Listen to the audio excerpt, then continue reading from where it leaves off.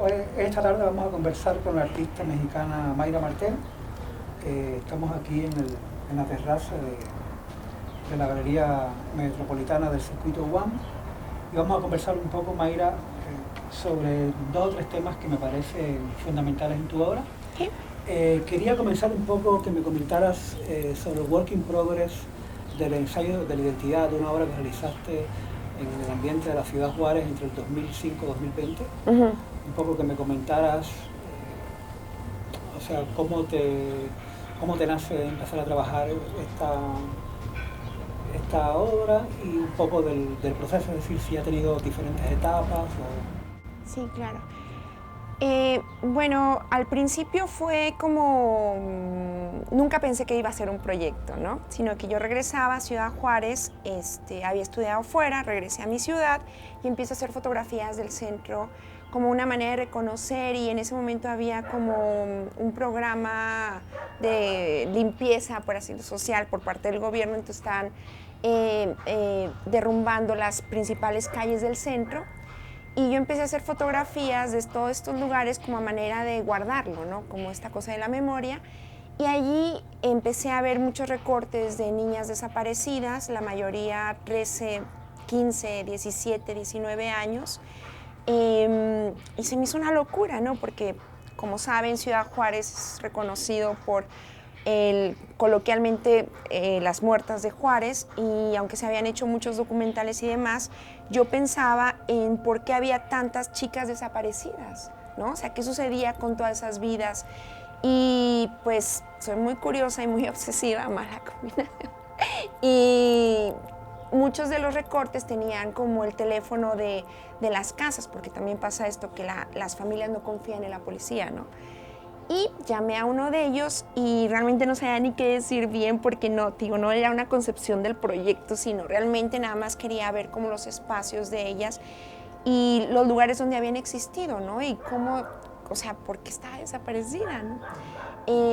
Si no es una cosa, ¿no? Porque al final es como siempre como esto de cifras y los procesos de información siempre siento que lo que hacen es como desvincularnos de la parte humana, ¿no? Como para digerir toda esta información. Y yo quería lo contrario, quería realmente como desmenuzar esa información, quiénes eran.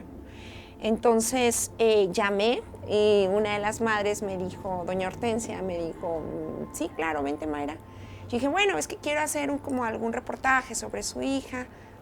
Y me dijo, no, vente para acá. Y siempre lo digo, ¿no? La formación social que tengo es gracias a ellas, porque realmente no sabía ni bien ni qué preguntar, pero me inundó como el corazón de tantas emociones, ¿no? Cuando entré a la casa, la habitación olía, tenía todavía el olor de Erika.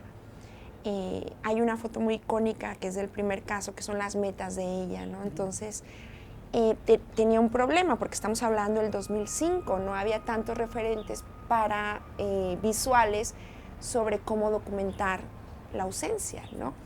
Entonces, pues, 16 años antes no tenía que solucionarlo, y entonces encontré como solución cualquier signo de presencia de ellas. Entonces fue así como empecé como a explorar en sus cuartos, en sus cosas, la información que las madres me daban, los álbumes que me enseñaban.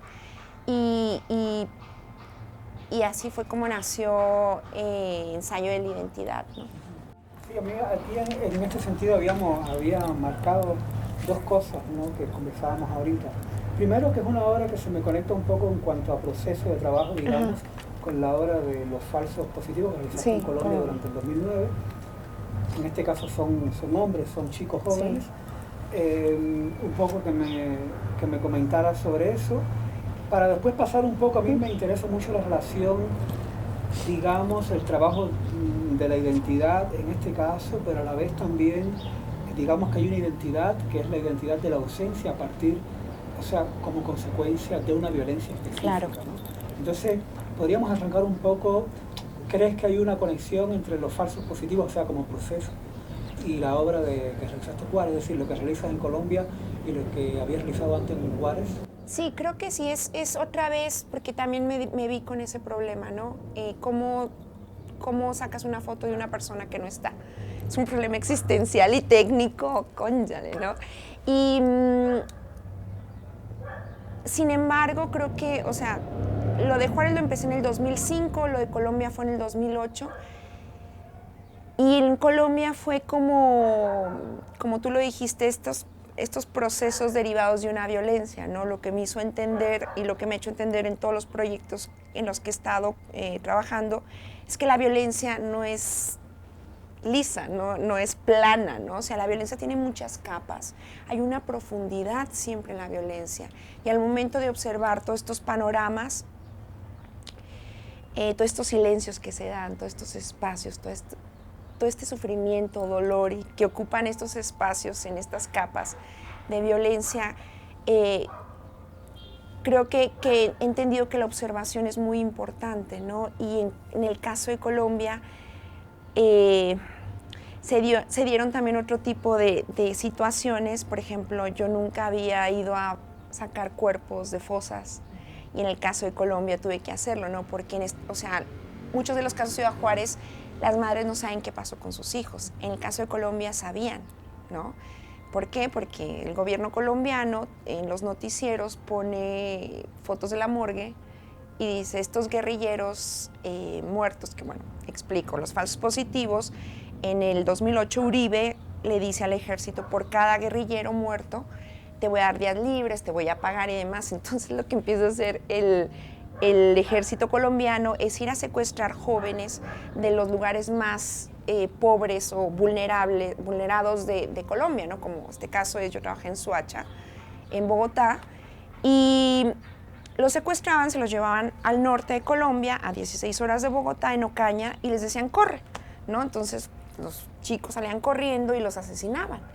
Entonces los hacían pasar por eso. Entonces esto se descubre porque uno de ellos tenía retraso mental y tenía como un comportamiento, una madurez mental como de 6 años y lo hacen pasar como jefe de un grupo guerrillero.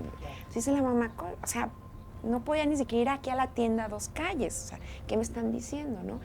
Y se hacen los juicios, asisto a los juicios en Colombia, pero también acompaño a las madres que con sus propios recursos iban desde Bogotá hasta el norte de Colombia y ellas mismas, porque la policía no tenía gente que trabajara para sacar los cuerpos, le decían, bueno, su hijo está en la NN 65, la señora iba y con palas empezaba a escarbar y lo sacaba un cuerpo, no, este no es, 2 cuerpos, o sea, para mí eso fue terrible, ¿no?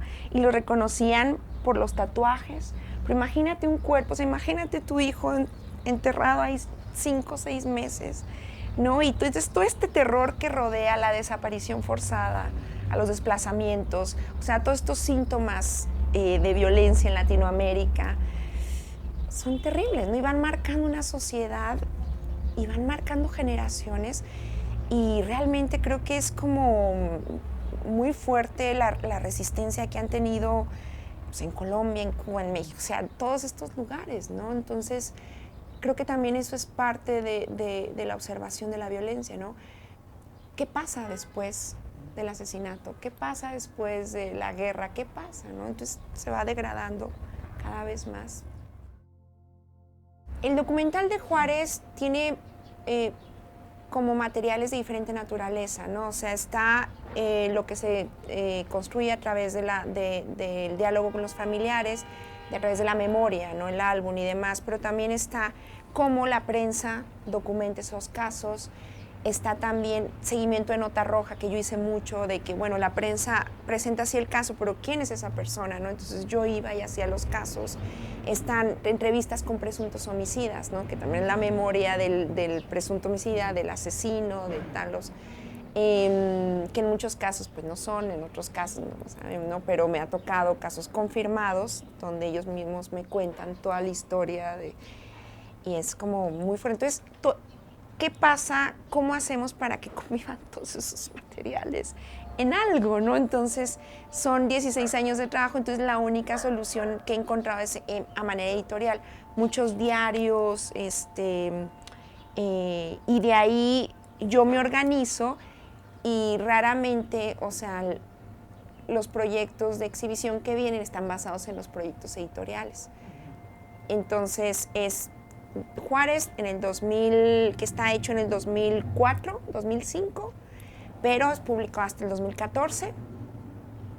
Y de ahí el acto de extrañar, que es como un derivado de ensayo, es lo mismo. Ensayo de la identidad y el acto de extrañar es lo mismo, nada más que cambia el nombre, porque creo que abarcaba mejor esta cosa como extrañar como una cosa de acción, ¿no? Como, y lo digo en mi texto, ¿no? Que extrañar es mucho más eterno que morir, ¿no? Entonces todo lo que se da en el extrañamiento, por así decirlo, tiene que ver con la memoria, tiene que ver con la representación, tiene que ver con la identidad, tiene que ver con muchas cosas y más que nada tiene que ver con el amor, ¿no? Que es como lo más fuerte.